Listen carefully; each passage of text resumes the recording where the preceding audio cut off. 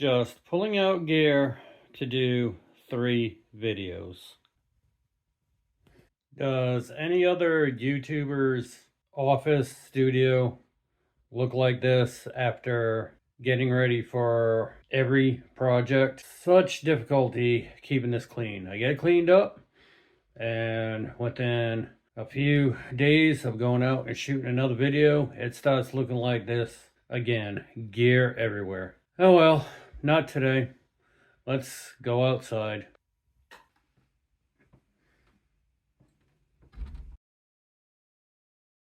Almost 70 degrees in April. I'll take that. Let's grab the camera and see what we can get ourselves into. Alrighty, I think I found my first area. I'm going to shoot some photos.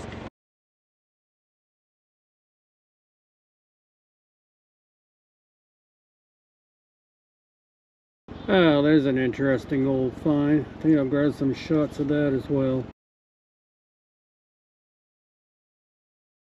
Well, there's my next scene to grab some photos of. Got some vintage antique cars. Some of them are in really bad shape.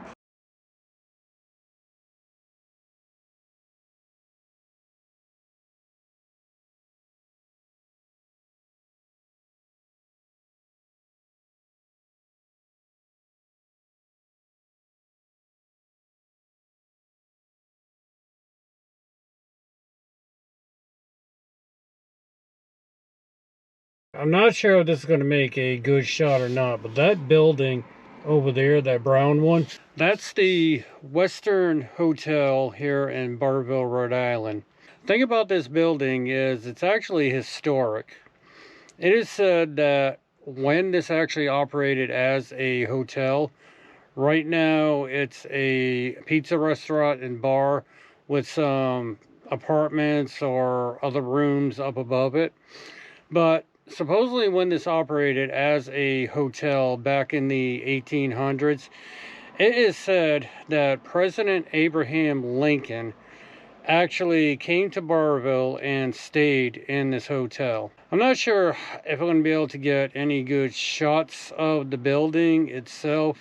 The reason being is there's now telephone poles on each side of it. They're doing some construction on the lot on the side of it, so there's a lot of stuff there. Plus there's the dumpster because it's an operating restaurant. There's also a lot of traffic on this road. I'm going to see if I can get a shot of it, hopefully with no cars passing by, only the ones that are parked in front. Alrighty, well, I got the shot that I wanted to. One thing about shooting random photography up here in Rhode Island, or actually I should say all of southern New England, compared to when I lived down south. When I lived 20 years in North Carolina, if people saw you with a camera shooting random photography, a lot of them would come out, and if it was on their property or they owned it, they would come out, you know, start talking with you, tell you the story behind, you know, either the building, the car, or their flowers or whatever. And it kind of added a little bit to the shooting experience. In Florida, nobody cared. There's so many expensive houses, scenery, people running around with their cell phones taking pictures. Absolutely nobody cared in Florida. Nobody made a second thought to it. Here in New England, and especially in Rhode Island, I find that if you randomly pull over to the side of the road, if there's a car behind you, even though you put on your turn signal and properly slow down and stop on the side, they will still beep their horns and get mad. Also, some people will start questioning, you know, what are you doing with the camera? Why are you out? You know, why are you taking pictures of this? Some people actually get mad over it. It just makes for an interesting experience. So you got to be careful when you're out shooting random photography. Okay, let's go find our next location. So had I taken my photography more seriously when I was a kid or even into my 20s, I would have actually photographed a lot more places than what I did. A lot of these places just don't exist anymore. A lot of the old buildings have been torn down. A lot of the abandoned mills we used to go exploring in as a kid just aren't there anymore. They either burnt and been torn down, or they've been torn down to make way for new development. Some of these mills even had machinery still left in it. It's a shame, but for your future generations, I just say get out and take pictures of your life and take pictures of your town, different things that you wish would still be there, and that would spark memories when you get older, because now a lot of these places just don't exist anymore, and I wish I could actually share them with you today, but it's unfortunate. But time does march on.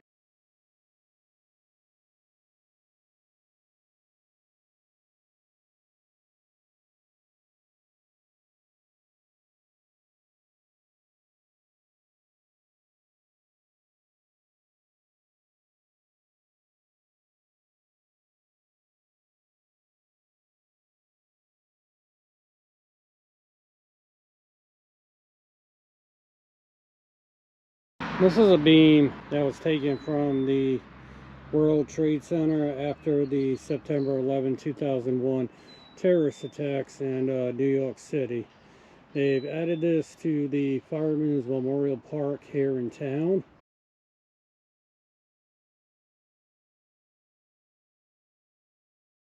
So now I'm up in a historical cemetery. This is the grave of Bathsheba. So Bathsheba was the woman who was poorly portrayed as the witch in the movie The Conjuring. Unfortunately, there's been a lot of speculation and a lot of things that came out after the movie that she really was not a witch, had nothing to do with the legends and everything that took place at that house. And basically she was nothing more than a caretaker and a nanny. The reason behind the headstone being gone is, unfortunately, after the movie came out, a lot of people came up here and actually vandalized her headstone.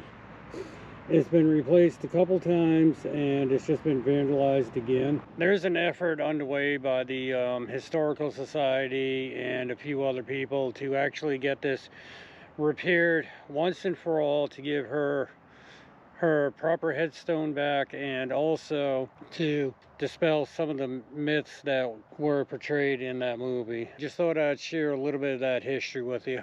Now, I will say I do like some of the architect that is in these old fencing and old gates. Looks like over the years some of it has been replaced, so I'm going to go ahead and grab a few pictures of these as well.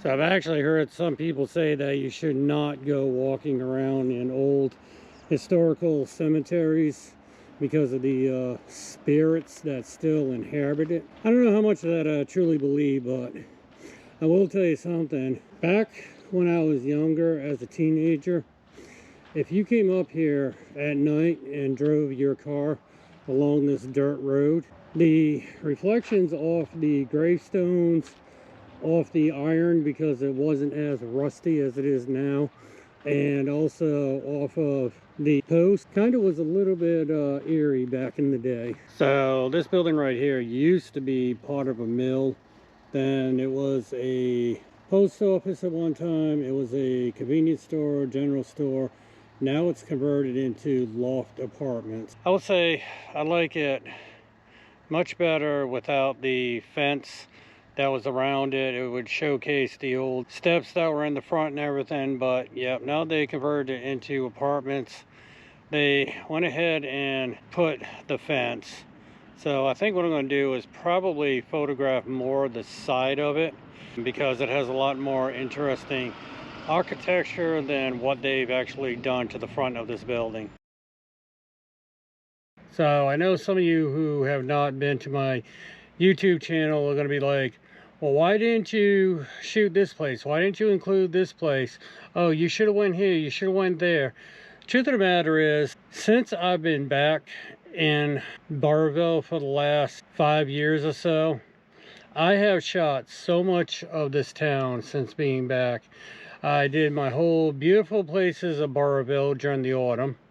I did a feature on the mill that just got through shooting now. I did a various places when we had the flooding rains. I've shot me fishing various places. I've talked about other places. So yeah, I mean, today was just a random day out. I only had about maybe a few hours, so I just decided, you know, with it being 70 degrees for April, let's go out and shoot. And actually right now my car is telling me that it's 72 degrees out. So yeah, beautiful day in April, and I've got probably about 10 minutes before I have to go home and run some errands and do some other stuff. So I'm gonna see what else I find on my way home.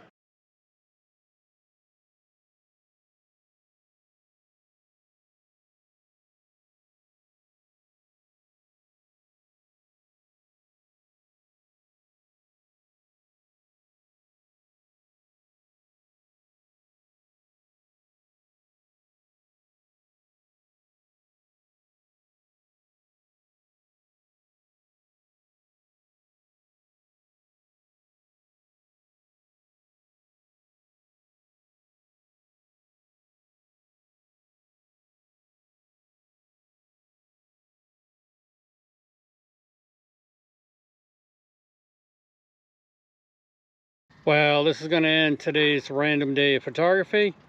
Make sure you get outside and enjoy yourself. We'll see you the next time.